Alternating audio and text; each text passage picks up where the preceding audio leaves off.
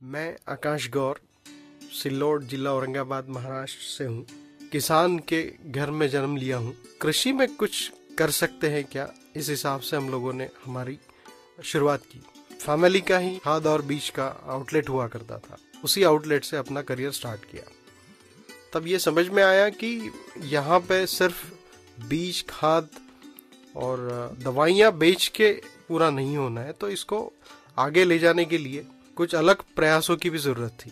शुरुआती दिनों में ये समझ में आया कि किसान को अच्छी तरह के बीजों की किस्म की उतनी जानकारी नहीं है जितनी होना चाहिए।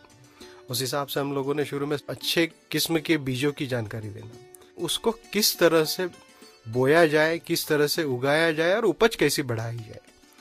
इस तरह से कौशल विकास की शुरुआत हुई सन 1994-95 में।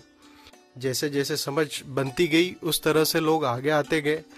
फिर कौशल विकास करके उपज को जब हम लोगों ने बढ़ाया तो ये समझ में आया कि ज्यादा अगर उत्पाद हो जाए तो किसान को रेट नहीं मिल पाता। हम लोग जिस एरिया में रहते थे वहां पे ज्यादातर लोग मक्का और कपास की खेती करते थे।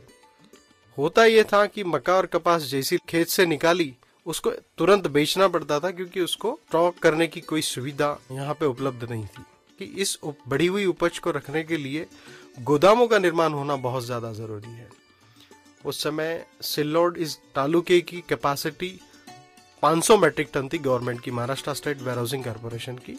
उस समय हम लोगों ने मध्य प्रदेश में जाके, उत्तर प्रदेश में जाके कई जगह पर स्टडी करके यहाँ पे गोदामों का निर्माण स्टार्ट किया। आज अकेले सिल्लोड में 1.5 लाख मैट्रिक टन की कैपेसिटी है और पूरी तरह से ऑक्युपाइड रहती है।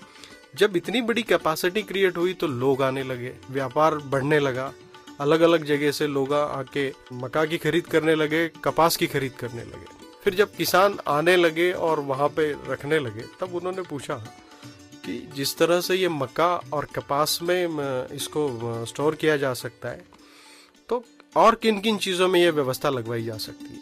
हम लोगों ने यहाँ पे किसानों के गुट बना के उसको छत्तीसगढ़ जैसे एक राज्य में लेके वहां पे किस तरह से फल और सब्जियों की खेती होती है ये दिखाना स्टार्ट किया। यहाँ पे भी किसान फल और सब्जी लगाने लगे। बट शुरुआती दिनों में दिक्कत ये आई कि फल और सब्जी बारिश के 4 महीने तो हो जाती थी, लेकिन उसके बाद के 8 महीने में यहाँ सिंचाई की उतनी सुविधा ना होने के कारण कई किसानों को दिक्कतें आ रही थी। फिर हम लोगों ने सन 2007 से 2012 तक किसानों को माइक्रो इरिगेशन के बारे में गाइड करना स्टार्ट किया और लोगों ने टेक्नोलॉजी को बड़े अच्छे तरीके से एक्सेप्ट किया। यहाँ फल और सब्जियां लगने लगी, जैसे उत्पाद बढ़ने लगा चीज़ों का भाव गिरने लगा, किसान की अपनी लागत भी नहीं निकल पा रही थी। 2009-10 के बाद हम लोगों ने इजराइल और यूरोप के कुछ देशों में जाके ये स्टडी करना शुरू किया कि वहाँ के किसान किस तरह से करते हैं। वहाँ पे 2 महीने तक ट्रेनिंग लिया। खेती का कौशल विकास भी आईटी सेक्टर के जैसे हो सकता है थे, ये हम लोगों ने जाना इजराइल में। उसके बाद यूरोप में जाने के बाद में वहाँ भी देखा गया कि बहुत पढ़े लिखे लोग अच्छी तरह से खेती वहाँ पे करते हैं। फिर इजराइल से वापस आने के बाद में हम लोगों ने यहाँ प्रोफेशनल कौशल विकास केंद्र की प्लानिंग की।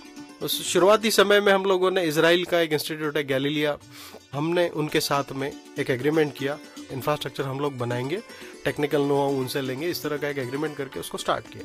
आज हम लोगों ने एक कौशल विकास केंद्र बनाया है जो कि अंतरराष्ट्रीय मानकों का है।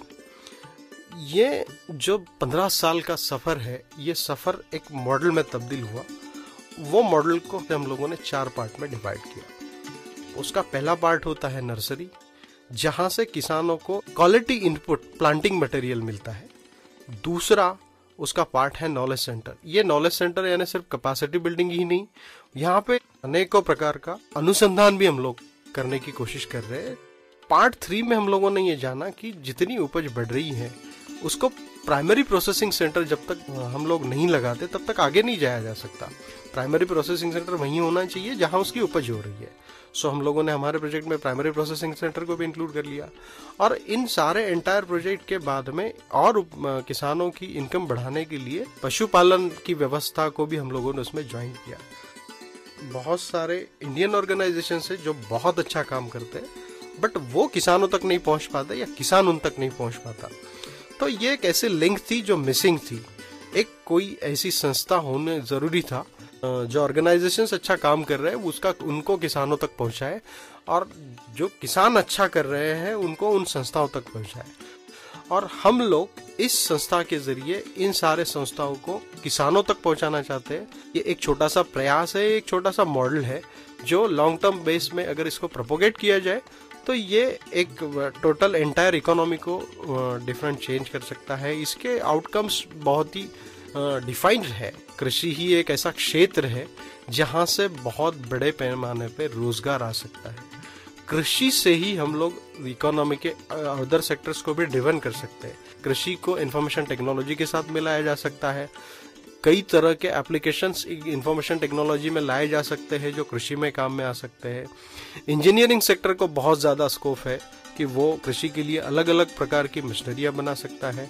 कृषि और लॉजिस्टिक्स अपने आप में ही जुड़ी हुई है, क्योंकि कृषि में जितना उत्पाद होता है उसमें लॉजिस्टिक्स का बहुत बड़ा रोल है।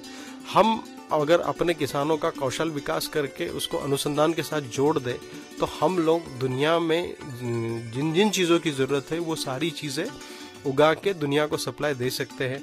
एक बड़े ही महानुभाव ने कहा है कि हम लोग दुनिया के लिए सुपर स्टोर बन सकते हैं।